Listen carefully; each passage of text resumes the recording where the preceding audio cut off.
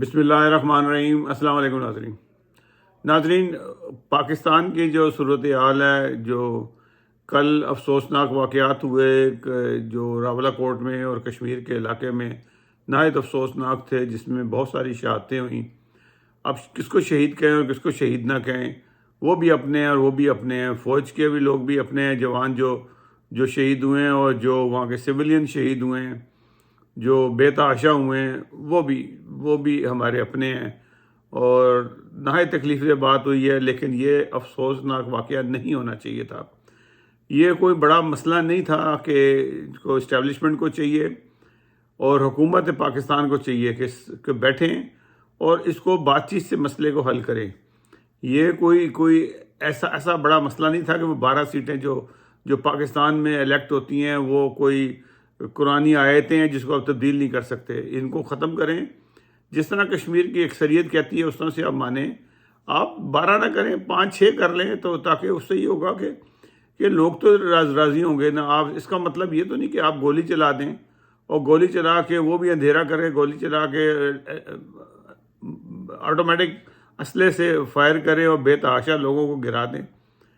راولہ کوٹ میں جو واقعہ ہوا ہے، ابھی پتہ تو لگ جائے گا کتنے لوگ مارے گئے ہیں وہاں پہ۔ تو یہ نہایت افسوسناک واقعہ ہوا، نہایت تکلیف دہ بات ہے۔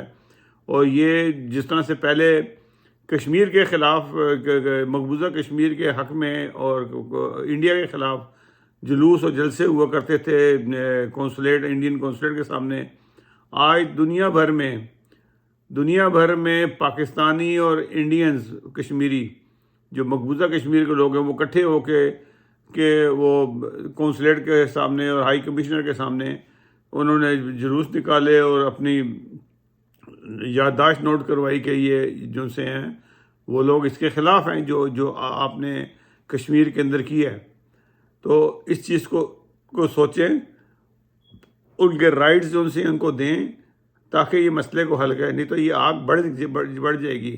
آج انہوں نے اسلحہ اٹھایا فوج کے خلاف، تو کل بھی اٹھائیں گے وہ، اور یہ بڑھتا جائے گا۔ پھر آپ کو پتہ ہے کہ آپ کے ساتھ ایک ملک اور ہے جو اس کو ہوا دینے کے لیے تیار ہے ہمیشہ۔ افغانستان سے آپ کے تعلقات خراب ہیں، انڈیا سے آپ کے تعلقات خراب ہیں۔ اگر وہ لوگوں نے بھی آ کے ان لوگوں کے ہاتھ مضبوط کیے اور ان کو اسلحے دیے، اور وہ تو ٹرینڈ لوگ ہوں گے، یہ تو بیچارے عام سویلین لوگ ہیں، انہوں نے تو اپنے گھر کی ایک گن کو استعمال کر لیا۔ اگر ان کے پاس بھی آٹومیٹک اسلحہ آ گیا تو پھر کہاں جائیں گے؟ پھر کیسے اس کو روک تھام کریں گے؟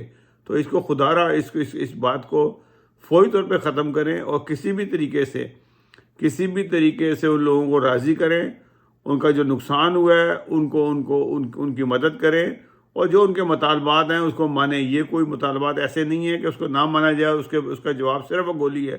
آپ کو بھی پتہ ہے کہ وہ 2 نمبر طریقے سے وہ سیٹس جو سی ہیں، پاکستان میں 12 سیٹیں رکھی گئی ہیں جن کی کوئی حیثیت نہیں ہے۔ 10,000 12,000 8,000 لوگ اس ووٹ دیتے ہیں، وہ بھی نہیں دیتے تو خاک روبوں سے ووٹ ڈلوائے جاتے ہیں وہاں پہ۔ ہم نے بھی خود دیکھا ہوا ہے پاکستان میں کس طریقے سے ووٹ ڈلتے ہیں، جو ووٹر بھی نہیں ہوتے ہیں، اور وہ لوگ آ کے سرکاری ملازمین اور دوسرے لوگوں کو پکڑ کے ووٹ ڈلوا رہے ہوتے ہیں۔ تو یہ کام ختم کریں، بہت ہو گیا، کافی زیادتی ہو گئی ہے۔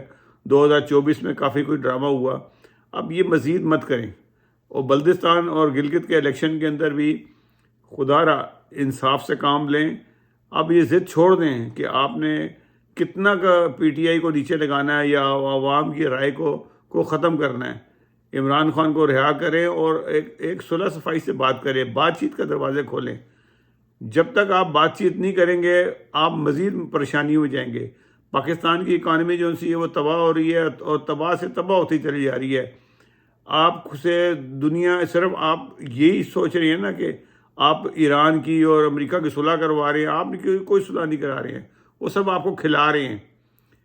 اور جتنا عرصہ بھی آپ کو کھلاتے رہیں گے، اسرائیل آپ کو کھلاتا رہے گا، یہ دوسرے لوگ کھلاتے رہیں گے، آپ ادھر سے ادھر جاتے رہیں گے۔ کبھی محسن نقوی ایران جائے گا، کبھی واپس آئے گا، کبھی ہمارے چیف صاحب جائیں گے۔ اس کا نہ ایران پہ کوئی اثر ہو رہا ہے اور نہ ہی اثر ہو رہا ہے امریکہ یا اسرائیل کے اوپر۔ انہوں نے جو کرنا ہے وہ کر رہے ہیں۔ محسن نقوی بھی ایران میں ہی تھا تو ایران نے اسرائیل پہ اٹیک کر دیا، تو اسرائیل محسن نقوی کی بات کیوں نہیں مانی انہوں نے ایران نے؟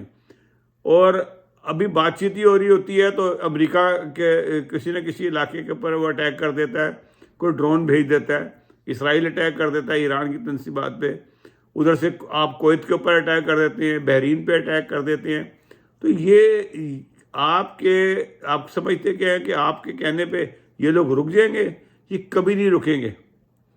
یہ انہوں نے جو کرنا کریں گے. ہاں آپ کی دعوت اچھی کریں گے، آپ سے ملیں گے اچھی طریقے سے، یہ کیونکہ ایرانیوں کا اسٹائل ہی ایسا ہے کہ وہ بہت اچھے طریقے سے ملتے ہیں. تو خدا را کچھ سوچیں اور اپنے لیے مزید مشکلات نہ پیدا کریں. پاکستان کے لیے مشکلات، یہ پاکستان بڑی مشکل سے حاصل کیا ہے. یہ کشمیر کا جو چھوٹا ٹکڑا نا، ہمارے آباء و اجداد نے، ہمارے والد نے، ہمارے بزرگوں نے یہاں جنگ لڑ کے اس کو حاصل کیا ہے.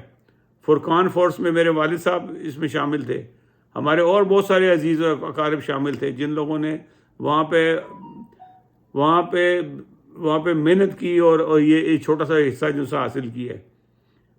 تو اس کو خدا را کھوئیں مت، اور اگر آپ اس کو کھو دیں گے تو بہت برا ہوگا. اور یہ جو حالت نفرت پیدا ہو گئی ہے، تو انڈیا کو تو چاہیے یہ کہ وہاں پہ نفرت پیدا ہو تاکہ وہ آ کے گھسے. جب ایک دفعہ وہ گھس گیا تو بہت مشکل ہوگا جو ہے ان کو نکالنا. تو خدا کا واسطہ ہے کچھ سوچیں اور سمجھیں. ناظرین، اگلے پروگرام تک کے لیے اجازت دیجیے گا. اللہ حافظ. ناصر، ہمارا پروگرام پسند آئے تو اس کو سبسکرائب ضرور کیجیے گا.